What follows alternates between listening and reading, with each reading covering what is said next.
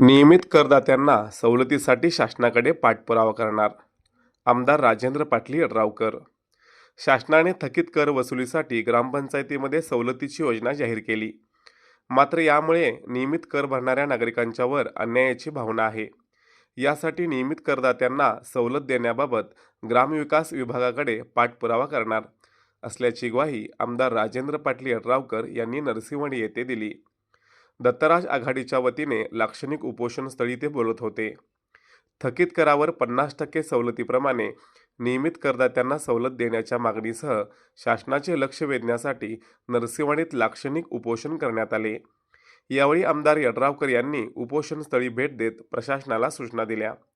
याबाबत ग्रामपंचायतीने विशेष ग्रामसभेचे आयोजन करावे.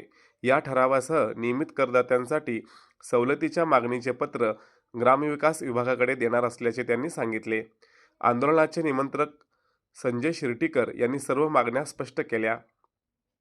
नियमित कर भरणाऱ्या नागरिकांना अशी सवलत दिल्यास कर वसुलीला अधिक गती येणार असल्याचे त्यांनी सांगितले. यावेळी सरपंच चेतन गवळी, ग्रामसेवक हेमंत कोळी यांनी यापूर्वी ग्रामसभा ठरावाद्वारे मुख्य कार्यकारी अधिकारी यांच्याकडे निवेदन दिले. पुन्हा एकदा विशेष गावसभा नियमित करदात्यांसाठी घेण्यात येणार असल्याचे सांगितले. आमदार यड्रावकर यांनी सरबत दिल्यानंतर उपोषण स्थगित करण्यात आले. यावेळी गुरुदास खोचरे, विकास पुजारी, मुकुंद पुजारी, विकास कदम, अमोल विभूते, रामचंद्र कुंभार, डॉक्टर किरण अनुजे, गुरुप्रसाद रिसबूड यांच्यासह ग्रामस्थ उपस्थित होते. एकमत आहे गावसभा झाली नाही. गावसभा झाली की आम्ही होती गावसभेला पाणी पडली 50% आणि घरपट्टी पडायला ठरलं की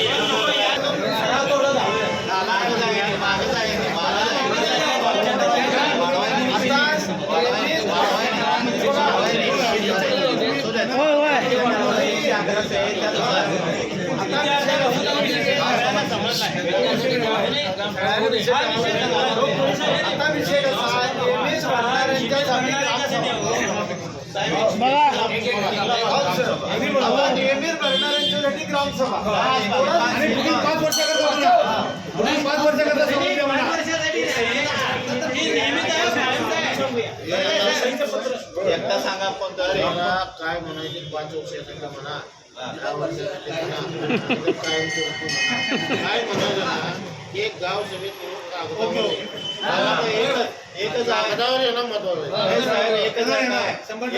एकच विषयासाठी गावसभा यांनी लावावी. त्यांच्यासाठी गावसभा एक लवकर घ्या लावा एवढंच सांगा. म्हणजे आम्ही मांडतो त्याची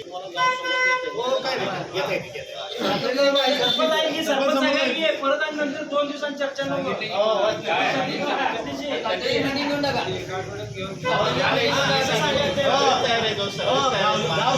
बाजूला जाणार घ्यायचीच आहे आम्हाला. फक्त सगळ्या व्यवस्थित तुम्हाला माझ्या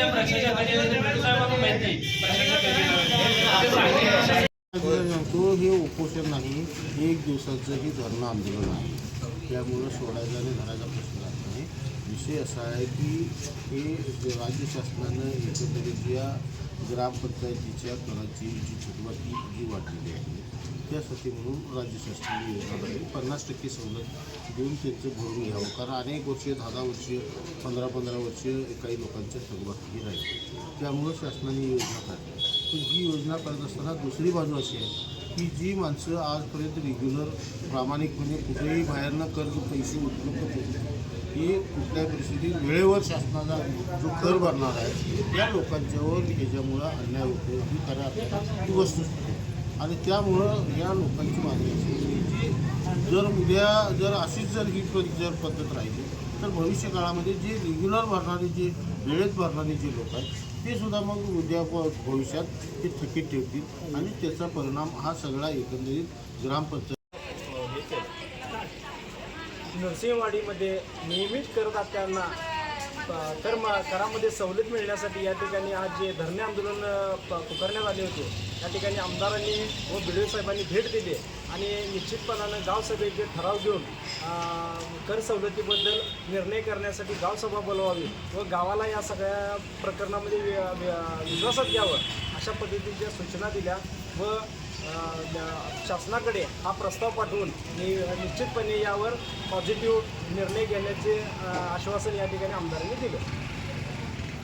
त्यामुळं या ठिकाणी सरपंचांनी लवकरात लवकर गावसभा घ्यावी व या प्रश्नावर मार्ग काढावा यासाठी आज या ठिकाणी उपोषण स्थगित केलं.